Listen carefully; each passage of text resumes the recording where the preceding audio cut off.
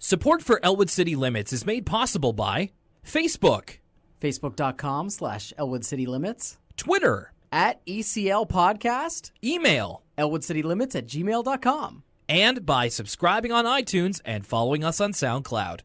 Thank you. and my free time.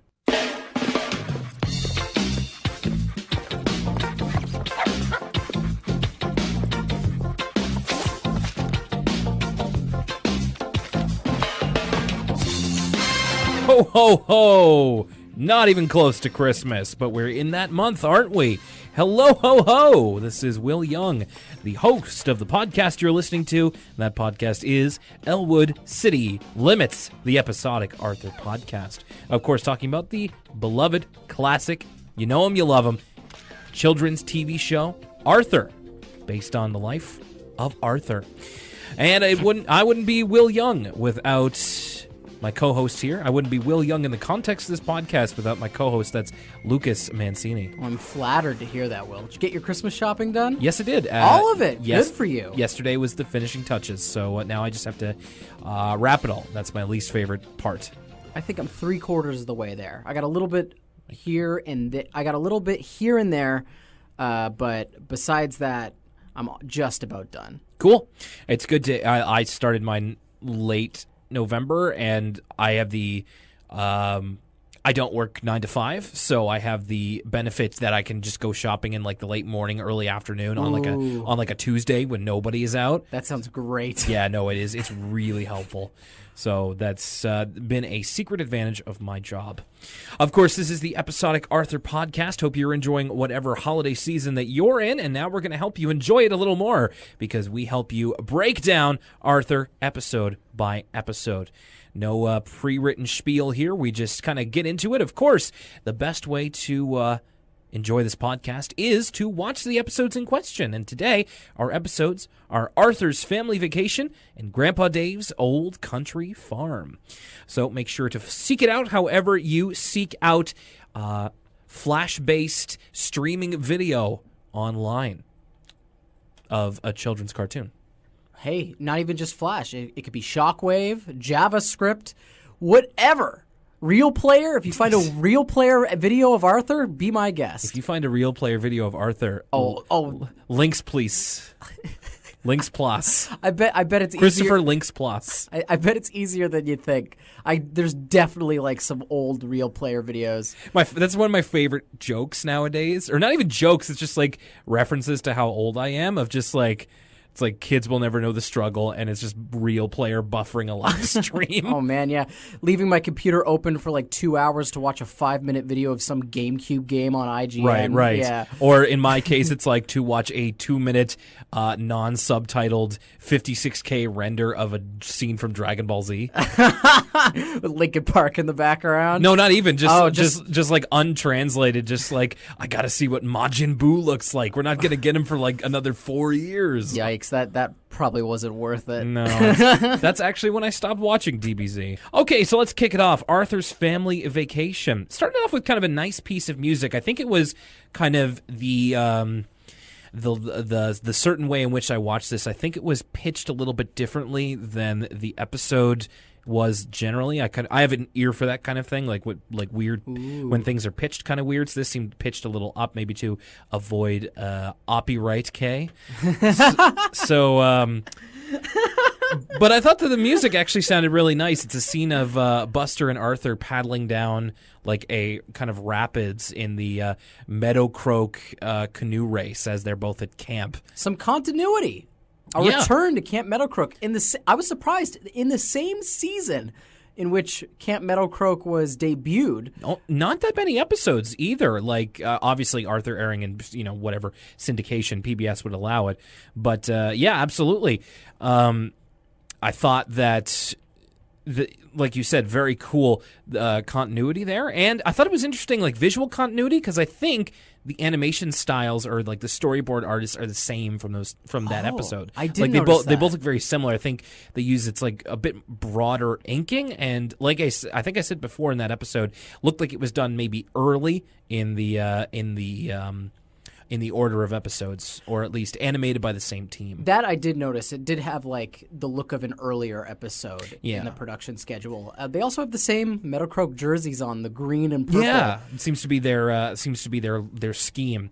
So Arthur's very excited for camp, thinking he and Buster are going to win the river race for sure. But then it turns out to be Arthur's imagination that he's narrating, because what do they espy down the river but a Shadow of the Colossus-sized DW? Yeah, regular like kaiju DW shows up on the scene.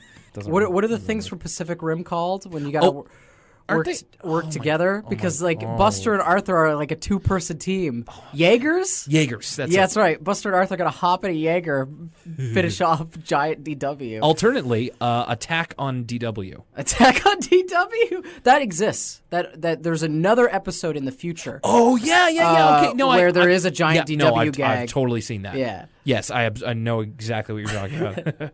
Arthur meme alert. So, there you go. So in this now clearly imagination, DW stomps on the canoe, and Buster and Arthur have to bail at the last second, and then we kind of wipe out of the imagination to realize she's stomping on a brochure to Camp Meadow Croak, and she proceeds to jump on top of it to Arthur's dismay. Not the most subtle symbolism. No, in fact, not subtle at all, because she proceeds to sing, "Guess what, Arthur? You can't go to camp. You can't go to camp. We're going on vacation." Not who I want to hear bad news from, DW. No, she'd be a terrible doctor. She'd be like the doctor from Arrested Development that like always gives the bad. You know what I'm talking about? He's all right in that we had to take his left hand off. Yes, I know exactly. He just got away from us. Went open window. I'm sorry to say this, but it's too late for me to do anything for your son. Let him keep talking. Yes, absolutely. Just like, guess what, Lucas? Your car was impounded. Your car was impounded. Oh, man, that would be rough. That's how Arthur discovers the bad news, and of course, it's Arthur's family vacation. That's what he's going to be doing for whatever summer this is. So he's over at Buster's house while Buster is packing for Camp Meadow Croak.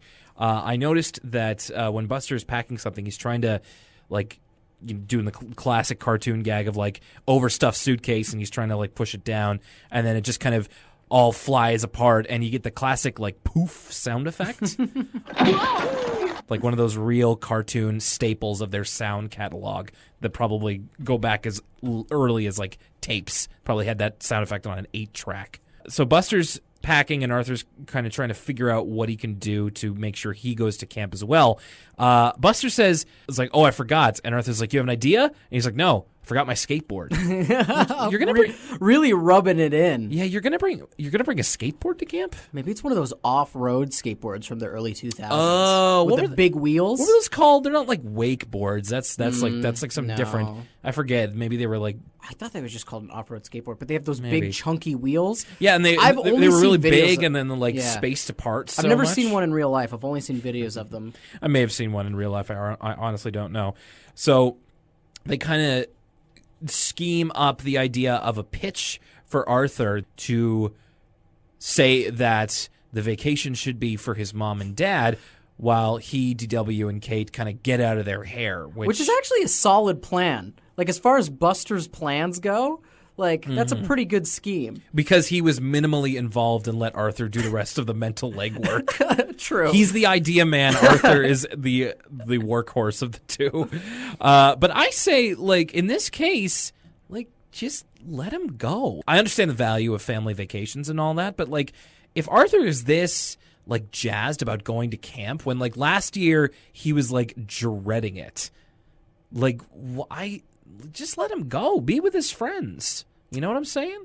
I think that this holiday seems a little ill-planned if you can't do both. Well, I think one aspect of it is that, Arthur's mom and dad, not only, it's probably tax season and like catering business is picking up at the same time. So like Arthur's mom and dad probably don't get to spend a lot of time with their family. So it's one of those cases I think where the vacation's more for them than for Arthur and the kids, or maybe Arthur and DW don't quite appreciate the family time in the same way yet that Arthur's parents see it. Sure, and that's a very good argument. I just wonder if if you're kind of eating a loss either way, because like not having Arthur with his friends, like being left out of camp is kind of sucks. Like I imagine, and I mean they make the most out of it. And hey, as we'll soon find out, they could have saved Arthur from mortal harm by not letting him go to camp. That's true. So DW insists that her joke for the episode joins them, and it's Sharky, which is a giant inflatable shark that proceeds to take Arthur out the game when she brings it into the living room.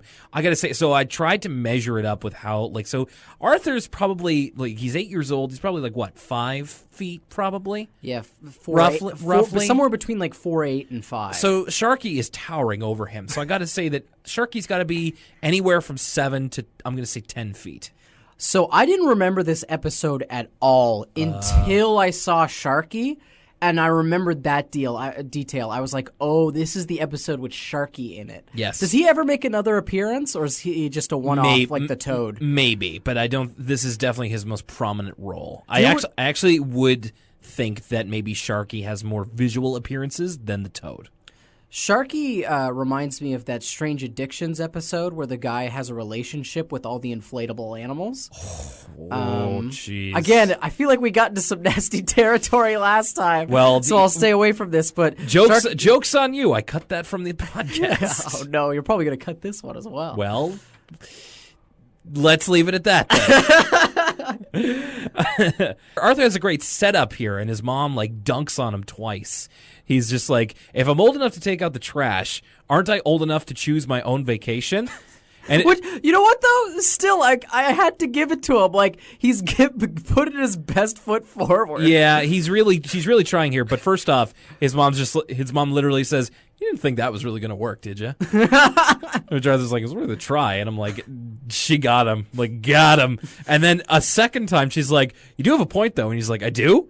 He's like, "You could take out the trash," and just 2 points. Yeah, walked into that one. Yeah. Denied. Yeah, I just kind of noticed different music cues throughout. There's it seemed to be much softer, almost folksier music. I like I said before, some of it may be pitched down, pitched up just a little bit, so it's a bit harder to recognize from the normal music cues. But I thought that there's a lot more guitar backing tracks, a little bit more just kind of folk stuff. I liked the music, and it kind of made it feel different than other episodes. Earthy. Yeah, sure. That could work. So one of Dad's selling points for the vacation, Arthur kind of comes in their room at night and does a last minute Hail Mary to get himself out of this vacation. One of Dad's things that he's most excited about is trying to get everybody in on is the fact that he's going to take them out for lobster dinner. It was going to be a surprise. So this is sort of like the addition of the Arthur drinking game to this episode. Oh. Is the take a drink every time Arthur's dad mentions lobster. Yeah, that's just Arthur rules. You don't necessarily need the podcast, but man, you get a solid 4 or 5 out of that one. Also, the way Arthur's dad is obsessed with this lobster dinner in this episode, I had flashbacks to barf bags. And it's a little bit different because everybody was obsessed with barf bags in that episode. And it's just Arthur's dad, because the way he says it every time, and it's a running theme throughout this episode. It's almost cartoonish how often he brings it up, and he brings it up with this weird tone where he's like, lobster. He adds a bunch of R's to the end. Well, it's cartoonish because indeed it is a cartoon, but I understand what you're saying. Mm-hmm. It's and he definitely escalates over time because he kind of goes from calmly saying it to later in the episode he's just lobster.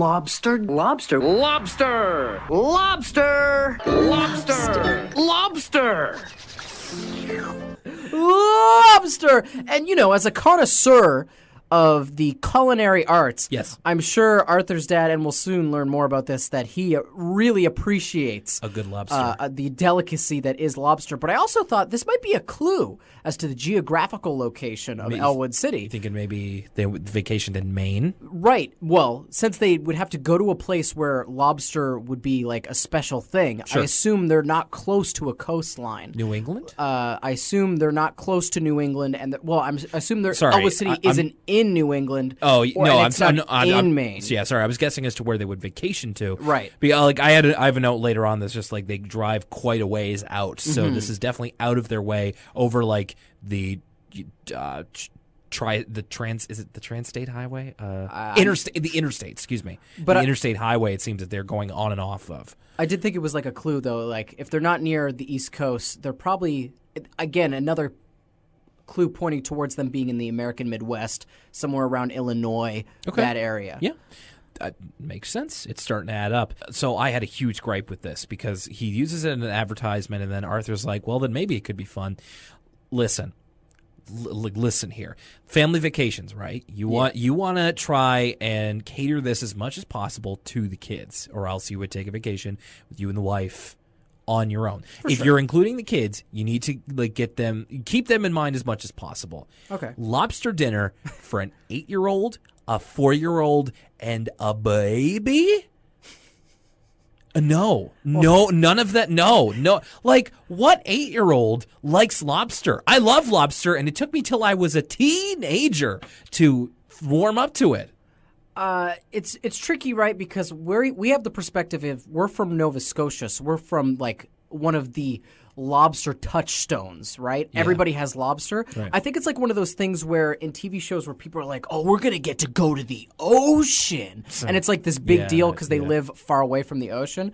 So I once had a exchange student from Quebec stay with me, and then I stayed at his house in junior high. Okay. And his family, even though young kids, were crazy about lobster. It was this huge deal to them, and I remember that was the one thing when he was going back. He was like, "Can I bring like a bunch of canned lobster back with me to Quebec?" Well, sure, and that's why they have lobsters at the airport, because some people are just like, "Whoa, lobster!" But like little kids, though, that's a hard sell. It depends on what form, right? A lobster roll isn't that weird to a little kid. But they're serving him up like shelled and everything, expecting them to do all the work. The presentation later on in this episode, when we actually get to the lobster reveal, is a little questionable. I'll give you that. And to go back to something you said, are you saying that it's tricky to lobster round to lobster round to lobster round? It's tricky? That's right. This beat is my recital. I think it's very vital. So before they leave, obviously they do a bathroom check of, they're all packed up, ready to go. Sharky's on the roof, and he says, "Did anybody have to use the bathroom?" Arthur says no. DW says no. Kate says baby, and I'm just like, yo, Dad, don't ask the baby. Check her yourself. And that goes back to bite them too. Yeah, it really does. I'm just like, don't ask the baby, man. So we get a few little vignettes of them kind of driving and different sort of stuff. DW saying that like Sharky wants to ride with them, and like the joke of the episode is that Sharky has to go absolutely everywhere with DW for some reason. And I loved this. So DW is like Arthur. Excuse me. Blah.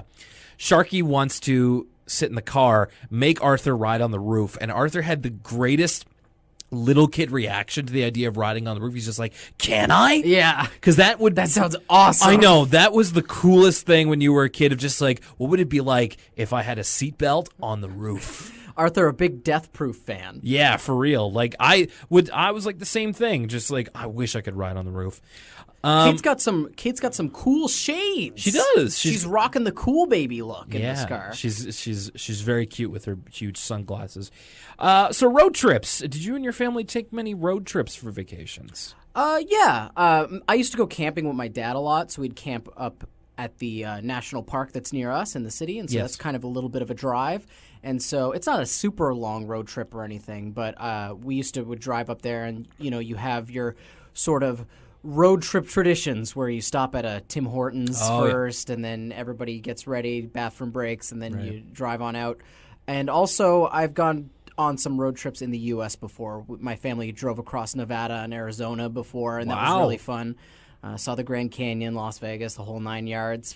See, I'm lucky because from a young age, my parents' families are from Cape Breton, and we were at a time where there was actually a brief time where you could get a plane to Cape Breton, but it's just like, it was just like a really small, real small plane. I think we Pond did it, jumper. Yeah, we really did it like once or twice, but normally we would just drive for Christmas and for Easter and for like maybe one other occasion, Thanksgiving or something. I don't know, but so I got used to long drives at an early age. So now I actually really enjoy road trips for the most part.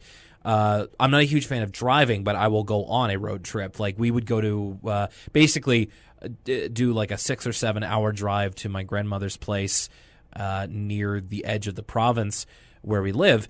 And, we would stop at like Robin's Donuts at a certain place, or like when we were older, it was Tim Hortons. We would, pass by the Macedon Ridge and like go up this like mountain pass and stuff like that. And the most recent one I took was to Philadelphia to see the WWE Royal Rumble, and that was awesome. Like fun, like driving through Connecticut and New York to get to Philadelphia. That was a great time. Although, like it was definitely uncomfortable after a while. Those times when you really gotta go. That's no fun. Yeah, I agree with you though. I love road trips. I love the little things. Stopping at truck stops, getting some beef jerky. Yeah, because it's a great excuse for you to eat like garbage. Yeah, you buy some beef jerky, buy those stupid like camo hats with like all kinds of brands on them. Yeah, for me it's like a stick of pepperoni and like some Hershey's cookies and cream drops. I always also kind of like fetishized the Great American Road Trip. Oh. Because even though you're not American. Well, so here in Canada, as beautiful as our country is, and it's absolutely astoundingly beautiful. Yeah. But you don't get a lot of difference in terrain. I mean, there is some, but like Canada's very big, and so if you were going to take a cross-country road trip around across Canada, you'd eventually see some change in scenery. But you're going to see a bunch of trees for the most part. Well, yeah, generally, but you're thinking like from state to state. Well, across country, because there's a in America, one, it's easier because there's a highway that literally cuts across the entire country. Yeah. I think like the I-95 or whatever it's called. The interstate. But also, like, you see if you start in New York State and then you make your way all the way to California, you go from like the trees, the kind of environment you'd see in Canada, to the desert, and then eventually like California. There's a lot of difference in scenery, and I've always like kind of wondered like, I wonder what it'd be like to take a cross-country road trip. It's like you're going through the Kanto region in Pokemon, just like different gym after different gym. It's like, this is the ice one, this is the fire one. Yeah, instead of different gym, it's like, okay, so they have Del Taco here. That's what they have Five Guys here. That's one of my dreams of mine, is like just total pie in the sky. I don't know if this will ever happen, but like to do a road trip across America and go to all of the food chains that we don't have here. The regional ones. Yeah. So like when we went to Philly, we went to Five Guys, and I'm like, this is amazing. I want to go to like everywhere, even the ones that people say are crappy. Like I want to go to Sonic. I want to go to White Castle. Did you go to Jack in the Box? That's the ultimate crappy one. No. Jack in the Box is terrible. Jack in the Box. I want to go to Denny's. 75-cent tacos. Oh, Denny's. I wish we had more Waffle Houses here. I went to IHOP when I was in Philly. Ooh. It's incredibly close to Smitty's. Oh, yeah? Smitty's a regional chain here in Nova Scotia. Anyway, back to this. I love talking about road trips. Have you ever been on a road trip? What are your thoughts on road tripping? Let us know through our email. Send us one. Also like plane. I also like plane trips too. I just kind of like traveling. They get stuck in a traffic jam on the highway, and Kate makes a mess in her diaper, which leads to a line I remember to this day from DW, both in performance and in content, because DW sticks her head out the window and yells, "Gas chamber!"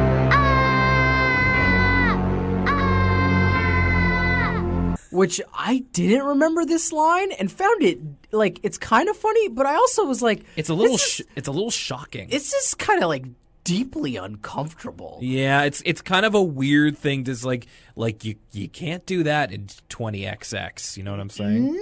No, I don't think so. There's just a kind of those two words together. Like, I get that they weren't talking about anything specific, and it was just kind of a joke of being like, "Oh, Kate's farts are so stinky, it's fatal." But like, those two words together just kind of make me. I'm like, ooh, yeah. Everybody just kind of clenches. Like, ooh, I don't know about that one, DW. I definitely noticed it, but I guess the audacity of it just kind of made me laugh at it even more.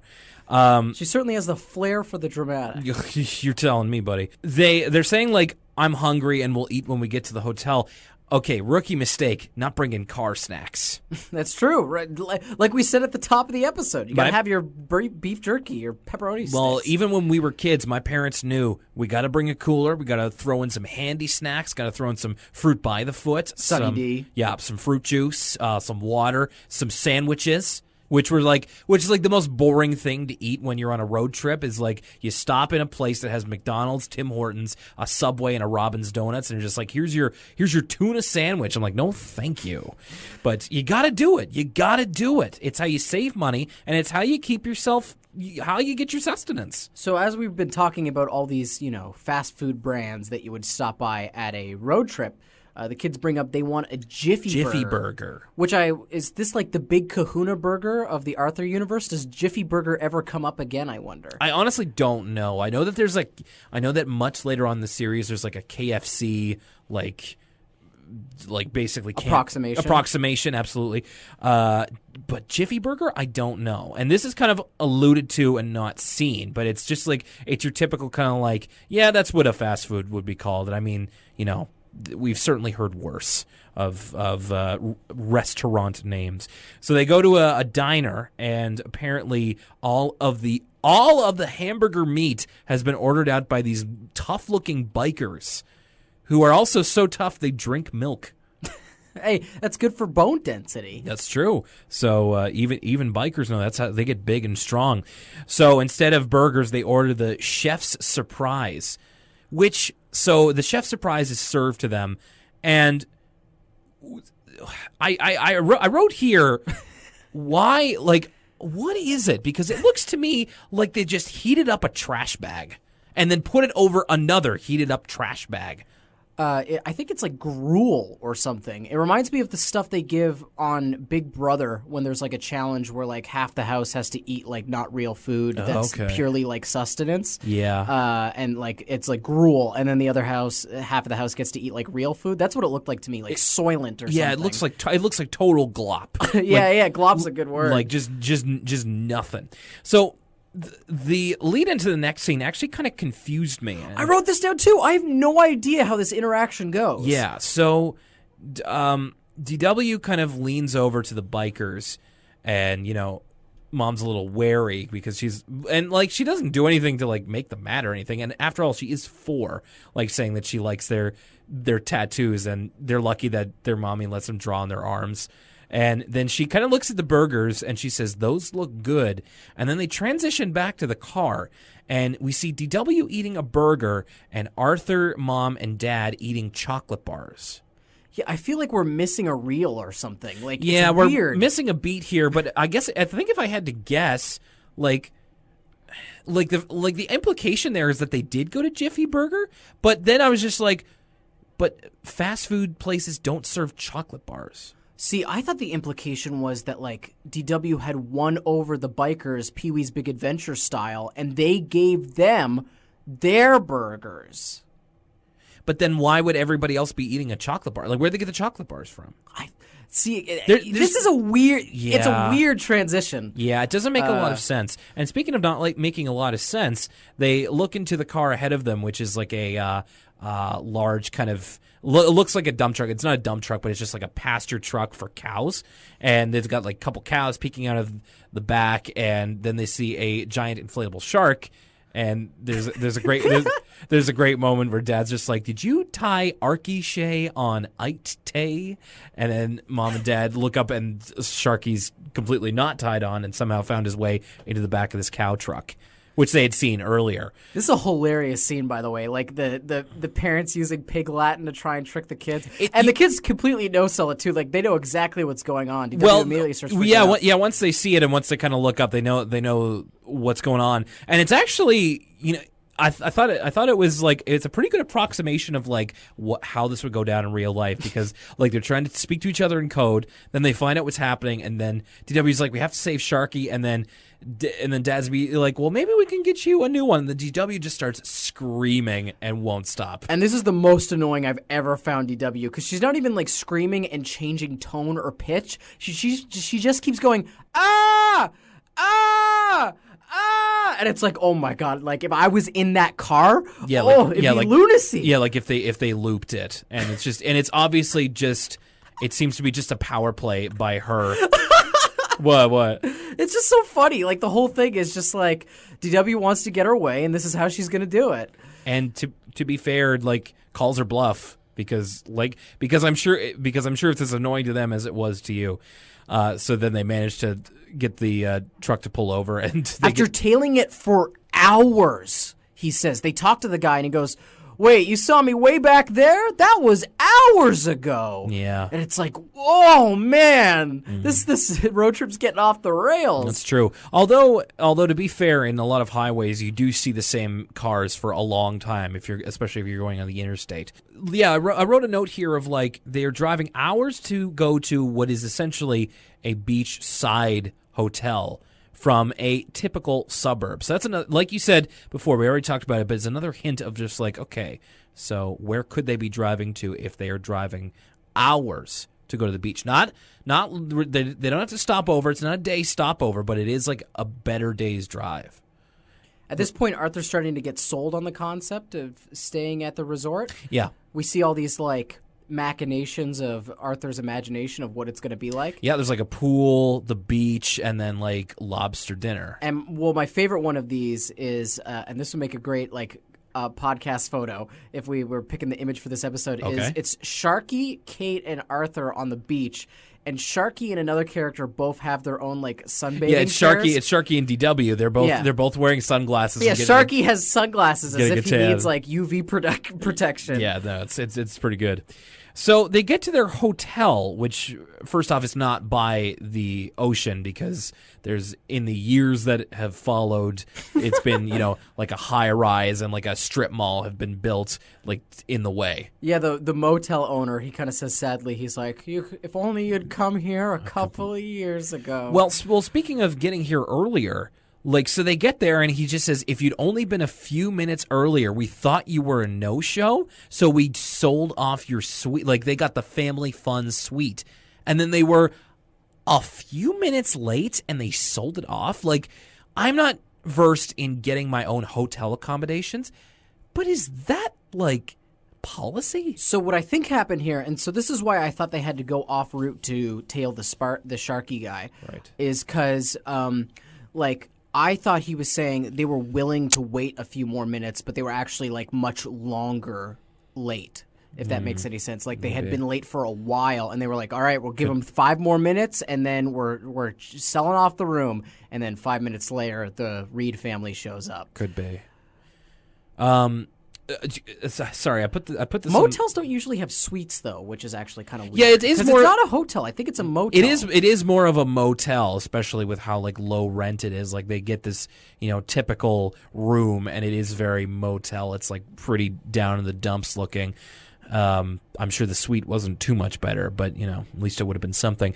Just a quick throwback here to the chef surprise. So I was watching this episode on YouTube, and I actually looked at the comments. There weren't that many of them, but I want to shout out Princess Marie here, who said about the chef surprise, is that surprise cooked barf that was eaten and then barfed again? What's with the Arthur fan base and barf, man? Barf. I can't escape it. Get your barf bags. So Arthur's taking a swim in the pool, and man, this pool just sucks. Well, the pool's the tip of the iceberg. Once they first get into their rooms, Arthur's dad sort of puts his bags, like his suitcase, on the bed, and it sinks in like quicksand. Yeah, it's real bad. And, of course, Arthur has to share a bed with not just DW, but DW and Sharky. And the water from the ceiling is dripping on him. Yeah, and it's dripping right on his head, so he uses Sharky's fin to block his head. And like I said, Arthur's in the pool, and like Sharky is easily twice, if not 3 times as big as it. It's like DW even says our bathtub is bigger than this. It's like it's just a square in the middle of the back lawn or something. It really sucks. So all of these negatives, and then we finally get that read of and tonight, don't forget, lobster.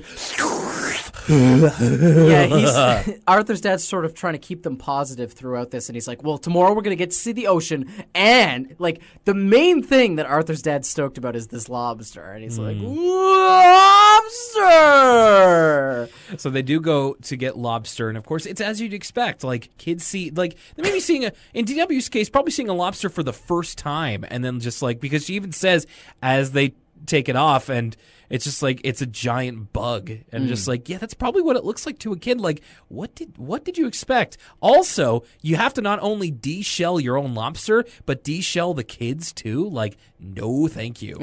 Yeah, it seems like a lot of work. Yeah. They should have just started them off with lobster rolls. Yeah, like a lobster roll, it kind of just looks like a brightly colored sloppy Joe or something. Yeah. And it's delicious. Yeah, lobster meat is good. And like, I think that is, you're right. That's how you sell them on it. Just get them the meat, and then you do your own cracking or whatever the heck it's called.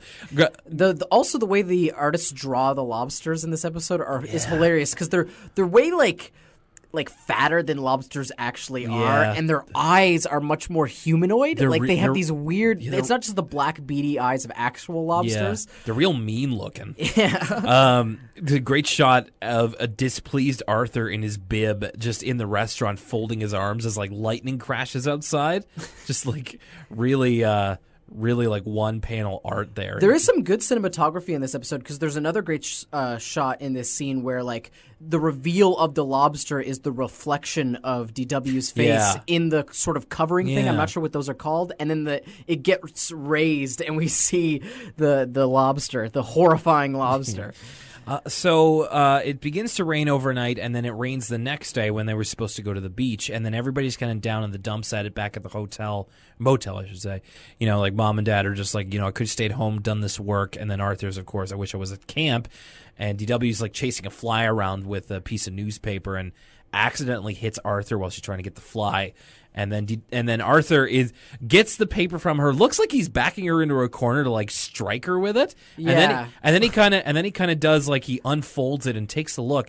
And I thought it was interesting, like that Arthur like actually makes some suggestions of what they could do to make the best out of a rainy day. And I thought it was interesting that Arthur was the one to make the best of a bad situation, considering like I would figure he would be the most down in the dumps about it all. Just like, man, this vacation's really tanking. Wish I was at camp. I was right all along.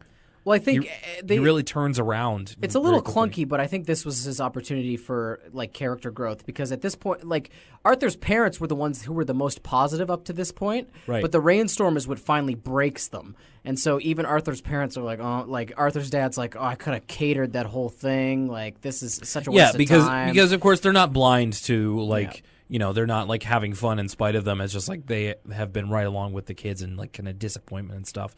So this was Arthur's time to shine. So he really does come through, and he suggests some like kind of offbeat sort of community calendar type events. Like they go to a cow festival. Arthur goes, I've never heard of a cow festival before. Yeah, Arthur, me neither. Well, his mom says that, yeah. Oh, yeah, sorry. Arthur's mom says that, yes. Yeah, but of course, it definitely seems like a very regional type of thing. Some real, like I said, some in this and the next episode, real community calendar type stuff that we might see down here in a more rural setting. Then they go to a fudge factory and like find out how fudge is made, and they get samples. Like everyone, like, and the person at the end of the tour says, "Please, one sample per person," but you can see everybody's arm reaching for multiple samples. And of course, they're the only ones there, so like. Who cares? Yeah, come on, guys. But probably you know what they're probably saying? One fudge sample per customer. If you want more, first taste is free. Then you gotta. Oh, there you go. Get them hooked on fudge. Pay the ferryman. Yeah. So the next thing they do is they go on some sort of like jungle cruise. Yeah, this riverboat tour, and then like an anaconda drops from the ceiling as if like Ice Cube and J-Lo were there. Yeah, it's like it is downright bizarre and doesn't make any sense. Yeah, it looks like a Disney ride almost, but like where are they? Especially one that operates in the rain. Well, I don't think that snakes that large inhabit America. But for all we know, it could be like a fake snake that's part of the ride or something. It's hard to tell. It doesn't seem that alive to me. Oh, I don't know. I don't know either. And then finally, for some reason, they go to a clearly R-rated movie that is like a Jaws approximate. And it was apparently DW's choice, but don't look at me. It was Sharky's idea. And Sharky's in the theater, which has got to be like grounds to kick him out, especially if they're up front. A little bit of magical realism there. I wonder if like Sharky legitimately was like, "Yeah, DW, I want to go see this movie." Do you ever go see movies on a vacation? I love that. Seeing like you're in some place like New York or something, you just go see a movie. I've done that before. It's weird. I can't explain with words why I enjoy it, but it's always a fun thing to do. No, but I've never gotten much the opportunity. The only time that I would have is like visiting my grandmother. I remember I saw The Prince of Egypt like over Easter break, and my mother, my sister, and I were the only ones in the theater. I think it's because it helps you associate a time and place with a movie. So, like, I saw Mad Max Fury Road the first time when I was on an internship in New Brunswick. Okay. So I'll always associate, like, Mad Max Fury Road with New Brunswick. Good point. No, that's actually a really good idea. And then, like, places like I've always, I listen to a podcast that operates out of New York, and they have opinions on like which theater is the best one to go to. That's fun too. Seeing, the differences between theaters. Seeing theater differences, I think would be just as interesting. But no, actually, I don't. Generally. So then the next day is sunny, and they all go to the beach, and everything's wicked cool, and the vacation turns around remarkably quick. It goes from the dud to stud within a day, and everybody's kind of happy to take a picture of Arthur burying DW in the sand, and then we zoom out from the picture, and it's Arthur showing it to Buster back after both their vacations are done. So to end off the episode, Buster's kind of like recapping his time at Camp Meadowcroak, and it is it's crazy. And this is like the episode is fading out when we really get the details. Yeah. So you can kind of barely hear what Buster's saying. So but when you listen in, it's nuts. Well, and so it starts off with Buster saying it was okay until the hurricane hit. And then there was some sort of lightning storm as well. And you're right, as it starts to fade out, you can hear Buster say, and the lake got contaminated by bacteria. Buster says lightning demolished the camp's mess hall. Right. But then he sadly exclaims, no one even got hurt. Like he's disappointed no one was hurt by lightning destroying the camp mess hall. It's really weird. That is weird. But hey, so like I said before, Arthur's parents, maybe they had some sort of foresight or premonition. Final Destination. Yeah, Final Destination style. Maybe like Arthur would have been in the mess hall when the lightning obliterated it. Final Destination with the cast of Arthur. I'd watch it. Buster would be the first one to go. He'd like you think so? He'd eat like some poison ice cream and just like die right away or How do something. you poison ice cream? Like ice cream past its due date, like sour bad ice cream. But there's all those crazy flavors that the Brain's mom gives out. Maybe he'll have like some asbestos ice cream. I don't know. She would then lose everything. Really quickly, and now a word from us kids. It's pretty much just postcards to like kids sending postcards to Arthur, like where they went on vacation, where Arthur went on vacation, blah blah blah. It's cute. Like they get their little drawings kind of animated, and it's not a whole lot to say about that. That just is what it is. And now back to Arthur. Our second part of the episode is Grandpa Dave's Old Country Farm, another vacation episode. So yeah, I wanted to talk about this.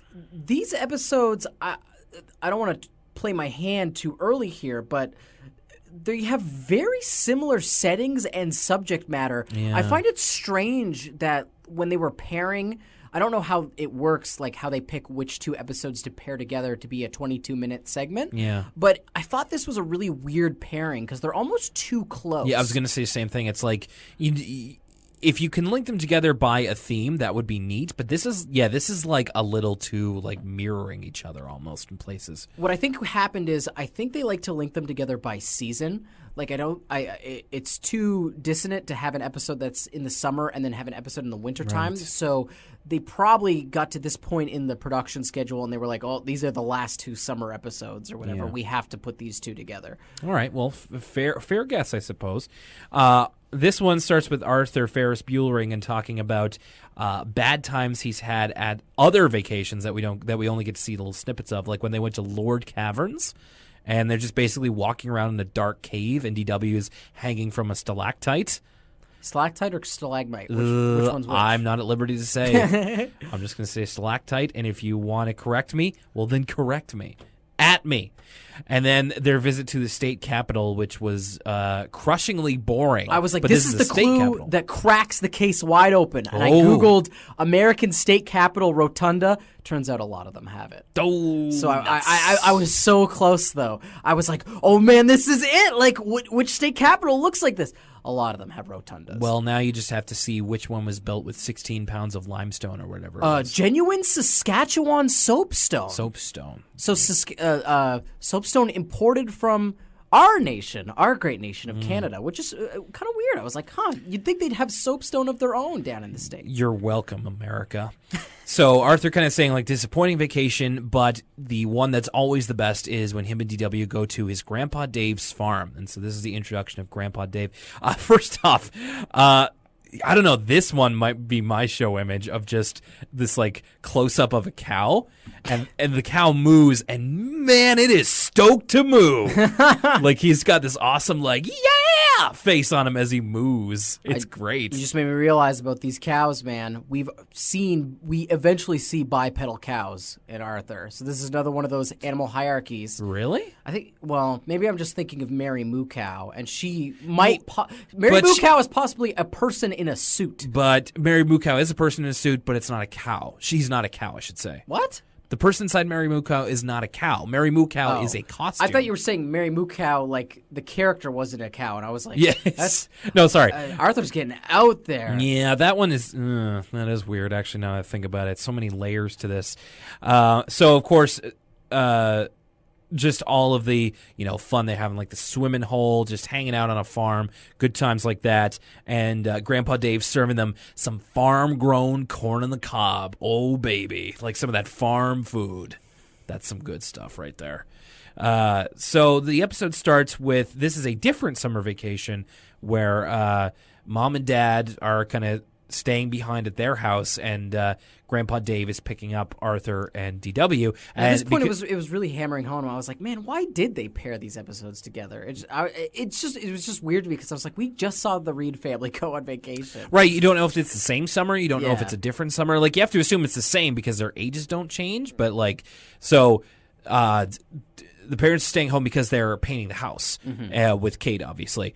And we get kind of confirmation here. So Grandpa Dave is Mom's father, Mom Reed's father, and Grandma Thora is Dad's mother. So it's Dad Reed's mother. So kind of representing both sides of the equation there with Grandpa Thora and Grandpa Dave. We're getting a very clear picture of the Reed family tree. Which is interesting because neither of them have, like, their other half. Like, there is no Grandpa Thora or Grandma Dave.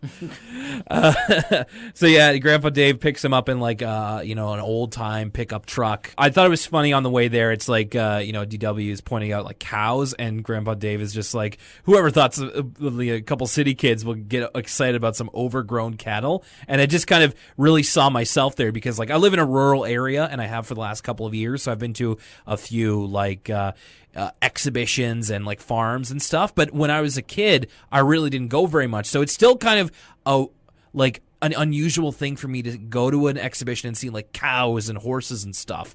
So it's just reminded me of just like, yeah, I'm totally that city kid that's like, hey, look, cows. The brown ones have chocolate milk. Right. Takes him over to the farm. They go to the general store before they go to the farm itself, and Grandpa Dave takes him in for candy. And I must say, like, Grandpa Dave really treating them large because they both get bags, and these bags are half the size of DW. These are like a foot to 2 feet tall of just straight up candy, son. It's Halloween grade in here. Well, it fits with Grandpa Dave's personality, though, because throughout this episode, he aims to please. often putting the kids' interests and keeping them entertained before his own needs. Which is interesting because I think in this one episode we get a really good look at who Grandpa Dave is as a person. I put here there's a theme of him and his pride.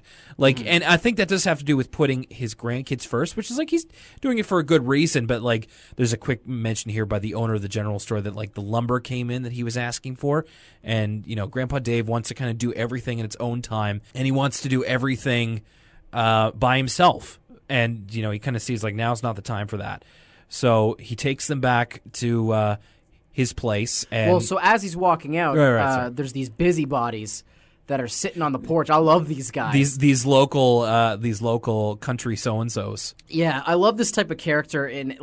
They remind me of the hecklers from the Muppets, or Statler and Waldorf, or or those three guys in Do the Right Thing who just complain all the time and are sitting just the peanut gallery. Yeah. I love peanut gallery type characters. And so this one guy, Ed, with his big old 10-gallon hat, is you finally hire some farm hands to help you around the farm there, Dave. And the other two are just and Dave's not taking this sitting down. He's oh, Ed, he says horse feathers. Yeah, I love him and Ed's friendly rivalry. Yeah. Because Ed takes it all in stride. There's not a scene in this episode where Ed doesn't have a big old smile on his face. Yeah, it's true. They're very easygoing, but I think a pretty good portrait of the more positive side of country boys.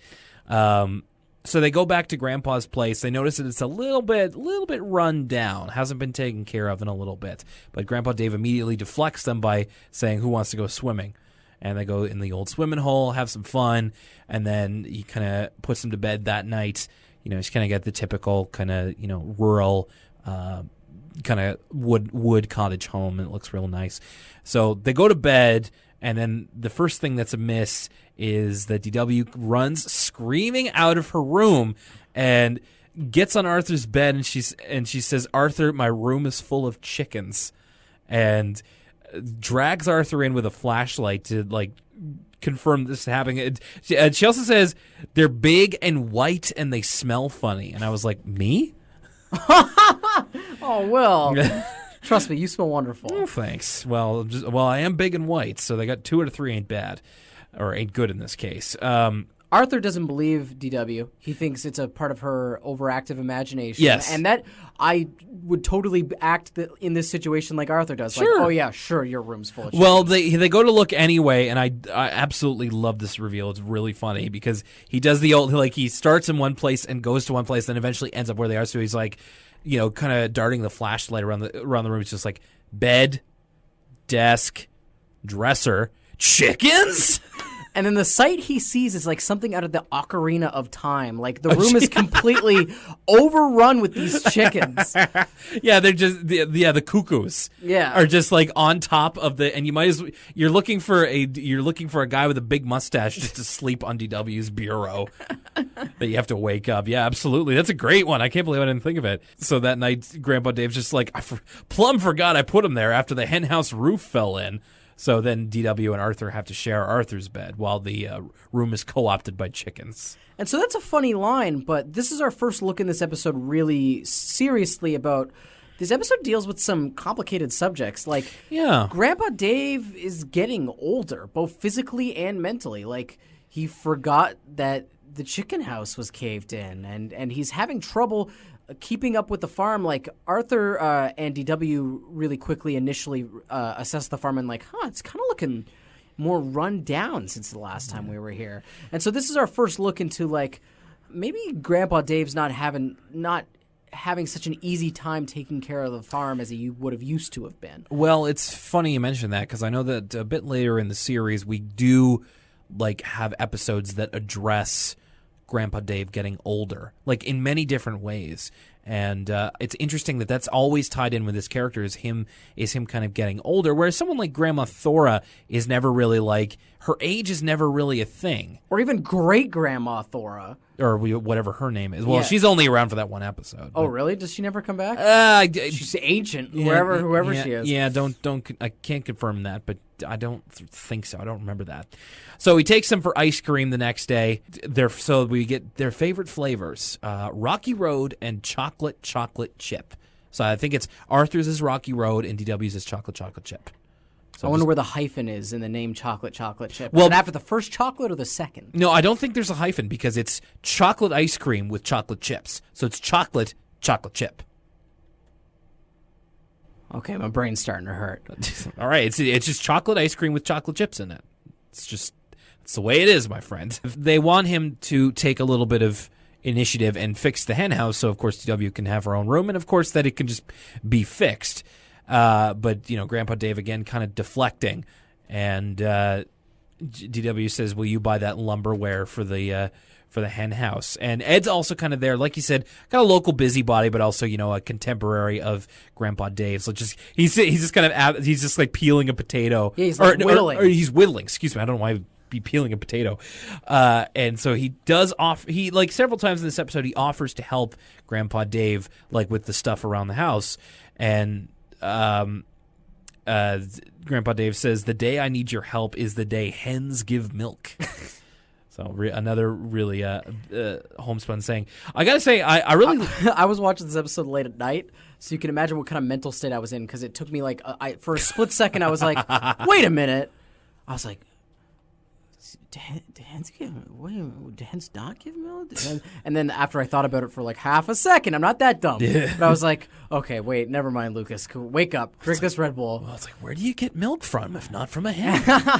I really like the character of Ed. Like, I don't think he ever shows up again, but he's a great one-episode character of just like, he's got a very good dry wit. Like, he's always kind of got a smile on his face, like just kind of busting Dave's chops. And he's also kind of the sounding board for Grandpa Dave's stubbornness. Like he's just like, because speaking of drinking in the last episode, drink every time Grandpa Dave says this farm has been in our family for 150 years. Mm-hmm. And Ed's like, and that's how long it'll take you to fix that hen house, which finally spurs Dave on to get the lumber.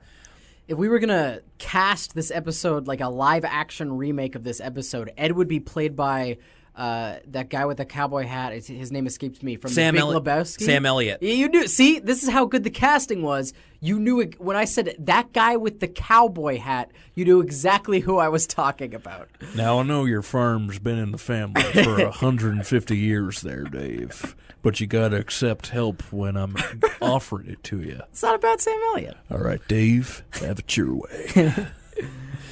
The Dave abides.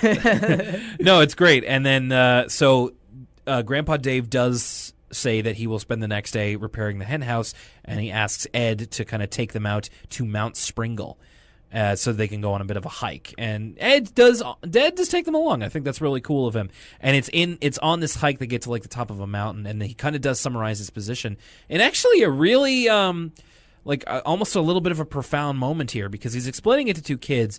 And it's just like, why won't Grandpa accept our help? DW asks. And he's like, well, DW, that's a funny thing. And it's just like, it just kind of basically explains that like his grandpa is a very proud person and, carries tradition very deeply in himself. And he doesn't want to ask for help because he would be embarrassed to do so. And just, I thought it was a really good summary of a really complex, what can be a complex issue in a kid's show. I thought that was really well done. Yeah, this whole episode, like, it's not the most fast-paced or the most jokey episode, but it wrestles with some, for a kid, difficult concepts. And I also thought something that was interesting was the one in this episode who's pushing to help Grandpa Dave is DW. It's not Arthur. Yeah. You usually give Arthur that trait, but DW usually lacks empathy. That's one of her main traits, is she's a little bit of a sociopath. Most kids that age are. Sure. But DW, at first it's because she wants her room back, but I think DW is the one that really pushes to help Grandpa Dave, and especially after Ed talks to them, really feels bad about it. Well, it's funny you say that, because my next note is that it's kind of the same thing. DW is the one to call for change, and it makes sense in her character. Like you say, like she is a little kid, and like all little kids are to a degree, they lack a certain degree of empathy, but DW is also very much like, realizing that Grandpa Dave needs help in doing the thing, in making all the repairs to his place that, that need to be done, like of the place that's falling apart. And because DW is so stubborn and forthright about herself, she is the one. She would be the one among the two of them to bring this up, because she's not going to like stay quiet out of propriety or something, or to just not rock the boat like Arthur would. She is very much someone who will speak up when she's like, and especially because it does concern her in a way, but because she does care about her grandpa. Yeah. And so it does kind of meet in the middle and causes her to spur action forward and spur Arthur forward as well. Well, yeah, because Arthur seems like he'd be content just going to the county fair. Yeah, like whatever, Grandpa Dave. And I got some corn dogs to eat, son. Henhouse can wait. Yeah. So another day comes by. Can't believe I forgot to mention this, but as they're leaving their parents' house initially, DW says, she sort of pontificates, "What will Mom and Dad do without us for a week?" Right, I forgot about this too. And then we get like this shot like out of Pulp Fiction. Again, Pulp Fiction, where Arthur's mom and dad are like doing the twist in a 1950s diner. They just got themselves a $5 shake, and they're going for that trophy. Yeah. What was the name of the play? Jackrabbit Slims. Yeah. It's like they're Jackrabbit Slims and just about to do the twist. Yeah, no, right. It's a great cutaway, and it's also like there's a lot of ways that could be answered, and not all of them are appropriate for a kids show, but I thought that was the best way to do it, of just like two of them having the time of their life without the kids. I thought that was awesome. Thank you for bringing that up. So the next morning, they turned down Grandpa Dave's offer to go to the fair to help him build the hen house, which I thought was, pretty big of them. Like, they're on vacation, as Arthur says. They don't have to do anything, but they do pitch in, and I gotta say that really speaks to, their character of just like that. That's pretty cool. So NDW has the go around to Grandpa Dave's. This farm has been in our family line, and she says, "Grandpa, we are your family." It's a great delivery too, because she says it really slow, and she's like sort of distressed. She's like, "But Grandpa, we are your family." Yeah, she's really trying to make him understand of just like, don't use this as an out. Like you have, like, just do it, okay? So we get a little fixing up montage with DW as supervisor. And I like the music in this part. A great banjo. Yeah, like I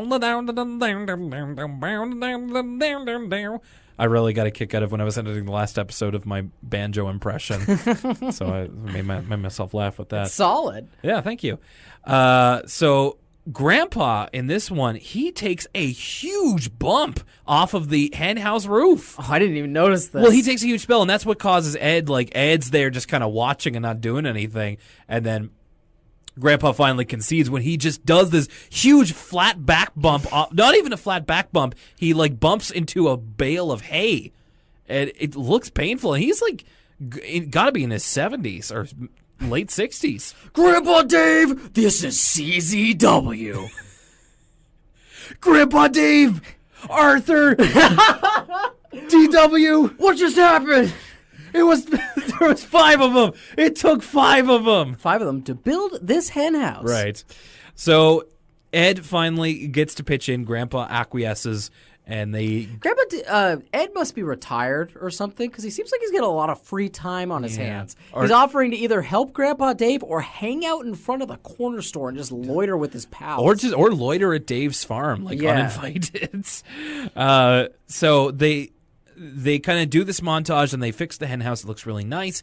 And I'm glad that they mentioned, Grandpa Dave says, "It took us 2 days, but we did it." And I'm like, thank you, because it looks like you did that in a day, to which I say BS. No way you did it. So took them 2 days and the rest of their vacation, and they did it.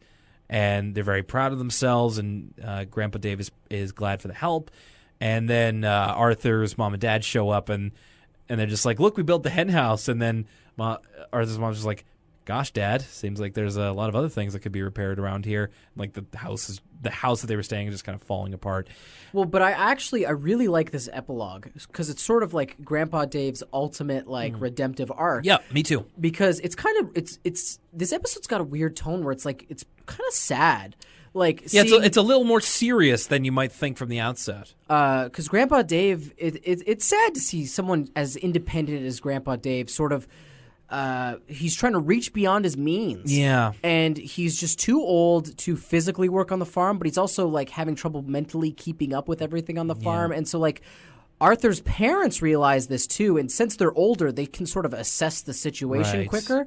And so it's really sad to see Arthur's mom be like, oh, wow, like, Dad's not doing so well, like, taking care of this farm. But we get Grandpa Dave's full redemptive arc because he finally accepts help from Ed, someone who is not a part of the Reed family. Ed offers help one more time, and he's about to give him this farm has been in our family for 150 years, and it's about time we got some decent help around here. So he finally does realize that he can't do it on his own. So, yeah, no, I thought that was a very heartwarming end, and then Arthur being like, can we stay for one more day? And like they still, even though they worked a little bit, they still had the time of their lives at Grandpa Dave's old country farm. I thought that was a great end to the episode. Okay, so Lucas, let's start with Arthur's Family Vacation. What'd you think? I liked Arthur's Family Vacation, and I liked it for similar reasons that I liked the Grandpa Dave episode, in that both these episodes have a very strong moral. And it's also not like a tropey moral either. Usually the Arthur episodes that focus on a lesson, it's sort of a lesson that is tackled in a lot of other media, but they're two very unique lessons. For instance, I think the main moral of Family Vacation is, hey, go with the flow. Yeah. If things aren't going the way you planned, just try and make the best of it, and it'll all turn out okay, which is an important lesson for a kid to learn. Mm-hmm. I mean, we see it with DW. When she thinks she's going to lose her shark, all hell breaks loose. But I liked that it was sort of like, yeah, just go with it, man. It wasn't the funniest Arthur episode in the world or the most entertaining per se, but I think the arc makes a lot of sense. Like, I didn't think the resolution came out of nowhere. I liked seeing Arthur learn his lesson, and I thought I like road trips, so I thought it was a fun little excursion with the Reed family. Fair enough. I don't think I liked it as much as you did. I think it's a fine episode, and there's some funny parts to it, as I mentioned. I did kind of like thinking about my own experience with road trips. And that's a good point about it there being kind of a different moral of kind of go with the flow. It just kind of didn't really click for me. Not a bad episode or like really anything to dislike. It just kind of didn't work for me as much. Now I think I actually have the opposite opinion of Grandpa Dave's Old Country Farm. I love that episode. Like I think first of all, I definitely prefer the animation in the second one as opposed to Family Vacation, and animation does kind of do something for me. If it's a certain type of animation, I guess I'm less likely to be endeared to a type of episode. Like with the type of rougher one that's in Family Vacation and Goes to Camp, like that's kind of sticks in me of like, oh, this episode isn't all that good, but which is a little unfair, but it's just kind of a mixture of my childhood memories and just kind of visually seeing it. I love the animation in Grandpa Dave. I love the characters. I love Grandpa Dave as a character. He's surprisingly nuanced for an Arthur character, and one that is relatively minor, doesn't show up very much. And I liked Ed. Like I liked him as a one episode character, and I thought that Arthur and DW also got some really good. Some good time in here too, and talking about it, I really like the development of Dave's character. I like the story around it. I kind of like the feeling of like nostalgia and joy it brings from like Family Vacations, whereas they kind of had to find it in Family Vacation. They already have it, and they're trying to keep it in Grandpa Dave's Old Country Farm. And I kind of felt. I felt the love in that sense, and I thought that they had a lot of great colors to work with in the animation because it was a more rural setting and all that kind of stuff. I love the designs of everything. I don't know. I just really, really liked that episode, and like I would watch it again. I thought it was funny. I thought it was kind of touching.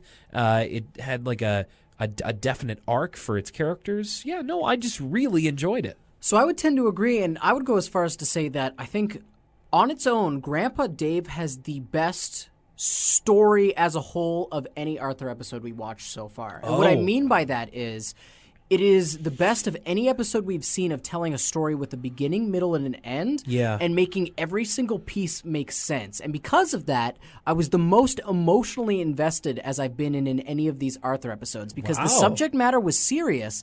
Like, it was a really complicated issue. It's like the moral of that story is it's twofold, right? Because it's different for the kids than it is for Grandpa Dave. Grandpa Dave's moral is learning to accept help when it's offered to you and not letting go of your pride and accepting help when it's needed. Which is hard. And the lesson for the kids is about understanding when someone's getting older and when they need help and when sometimes it's important to help others instead of, going to the county fair or whatever. But, all the characters had a lot of time to breathe. We see this arc with the DW where she goes from just kind of caring that there's chickens in her room to feeling bad for her grandfather. And so there was a lot of, depth, like you said, to the characters. And so it's not the snappiest Arthur episode. It's certainly not the funniest Arthur episode. But it doesn't have to be. It kind of takes on the tone of life on the farm, just a little bit more laid back than the city. That's a great way of putting it. Sort of a prairie home companion, Arthur edition. Maybe a little bit, but yeah, no. I think I'm glad that we both agree on that, and I think for the season end countdown, that one is definitely going to rank in my top 5 favorite Arthur episodes. I'll tell you my biggest issue with this episode. Okay. And it was the fact that it was paired with the other one. Yeah. I think it does both these episodes a huge disservice by being squished together. For a lot of it causes a lot of dissonance because I'm thinking okay, so Arthur wasn't so hot on going to this rural. He had to be sold on this rural vacation before, but now he's so excited to go to Grandpa Dave's. Is this because that's after this? Is this because that's before? I sort of found myself kind of taken out of the episode and overthinking because they were squished together like this. I think they would have been better served if each episode was paired with a different one, especially Grandpa Dave. All right, and if all you would really have to do would be to switch out the second part of the next episode, put it in this slot, and then put Grandpa Dave in with the first episode coming up next. You know what I'm saying? Mm-hmm, for sure. All right. Well, I think I would agree with that, and we're really coming together on Grandpa Dave here. All right, so that is it. Arthur's Family Vacation and Grandpa Dave's Old Country Farm. I think we definitely recommend the second half, but of course, I don't think you could go wrong by watching them back to back. Of course, it's only about 22 minutes, so you're not really wasting too much time as it is. Thank you very much for listening to this episode of Elwood City Limits. We're just going to quickly tell you how you can keep in touch with us. Facebook.com/Elwood City Limits. That's where we put up funny screen caps. It's where we let you know when we're going to be recording and the status of each episode. Great picture up there of the Animal Crossing-eyed versions of the Arthur characters. Yeah, found that surfing the net, and I thought that was really cool, combining an artist on Tumblr, combining the designs of Animal Crossing with the characters of Arthur, and I thought that worked really well.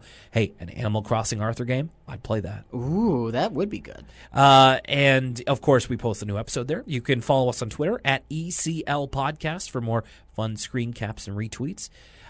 You can send us email, and we'd love it if you did, to elwoodcitylimits@gmail.com.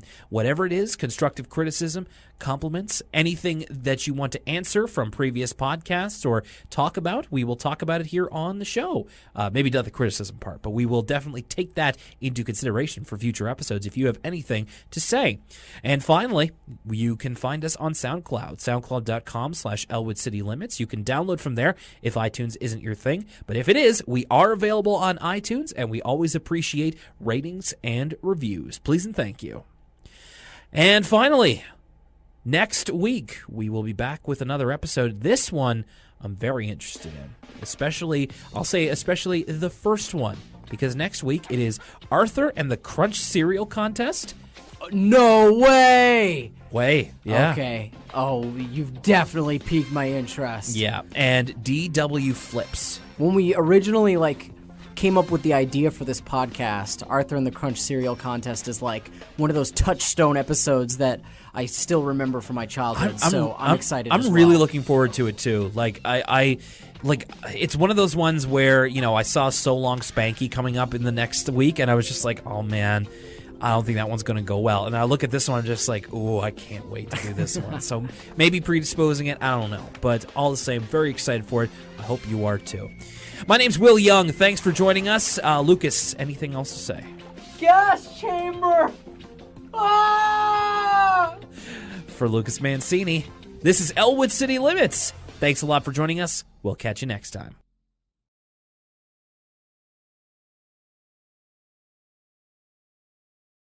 While Lucas is in the bathroom, let me do some more banjo for you.